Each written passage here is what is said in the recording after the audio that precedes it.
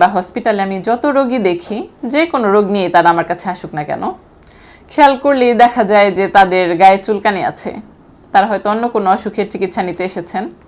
দেখা যায় তাদের হাতে বিভিন্ন স্পট, বা যদি জিজ্ঞাসাও করি যে গায়ে চুলকানি আছে, বলে যে হ্যাঁ চুলকানি তো আছে।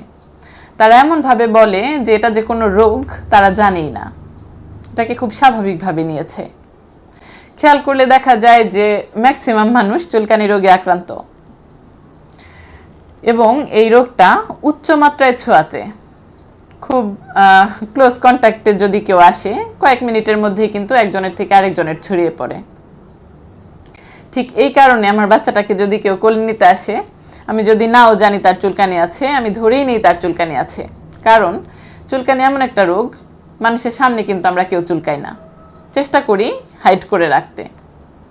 কিন্তু যেহেতু রোগটা অতিমাত্রায় ছোঁয়াচে, তাই আমার বাচ্চাটা আক্রান্ত হয়ে যাবে, তার থেকে আমরা আক্রান্ত হয়ে যাব, এবং এভাবে ছড়াতেই থাকবে। আমি শুধু আমার বাচ্চার কথা বললাম, কিন্তু এটা আমার বাচ্চার একার কথা নয়, এটা আমাদের প্রত্যেকের বাচ্চার কথা।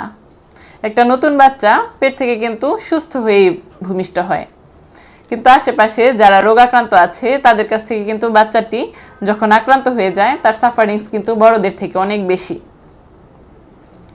যারা এখন অসুস্থ আছেন তারা যদি এক্ষুনি চিকিৎসার আওতায় নিজেদের আনতে পারেন, তাহলে কিন্তু তারা খুব সহজেই সুস্থ হয়ে যাবেন, কারণ এটা খুব সহজে চিকিৎসাযোগ্য একটি রোগ। কিন্তু একটু সচেতনতার অভাবে যদি সবাই সুস্থ একসঙ্গে না হতে পারি, কারো শরীরে যদি রোগটা থেকে যায়, তার থেকে কিন্তু আবার ছড়াতে থাকবে। শুধুমাত্র এই একটি কারণে কিন্তু সারা দেশের মানুষ আক্রান্ত এখন।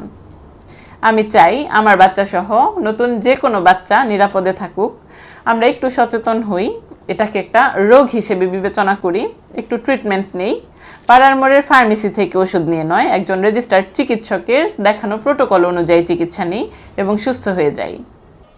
এখন অনেকের মনেই প্রশ্ন জাগবে যে আমি এত এত কথা বলছি, কিন্তু স্ক্যাবিসের ঔষধগুলোর নাম কেন সরাসরি বলে দিচ্ছি না।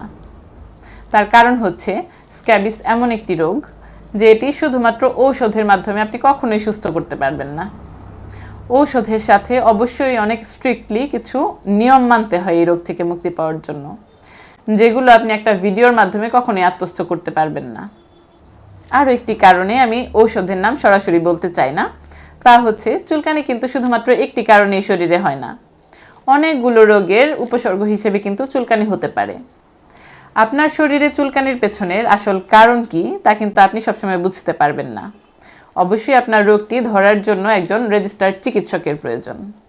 অবশ্যই একজন রেজিস্টার্ড চিকিৎসকের সামনে বসে তাকে রোগ ডায়াগনোসিসে সাহায্য করুন এবং তার দেখানো প্রেসক্রিপশন মতো চিকিৎসা নিন।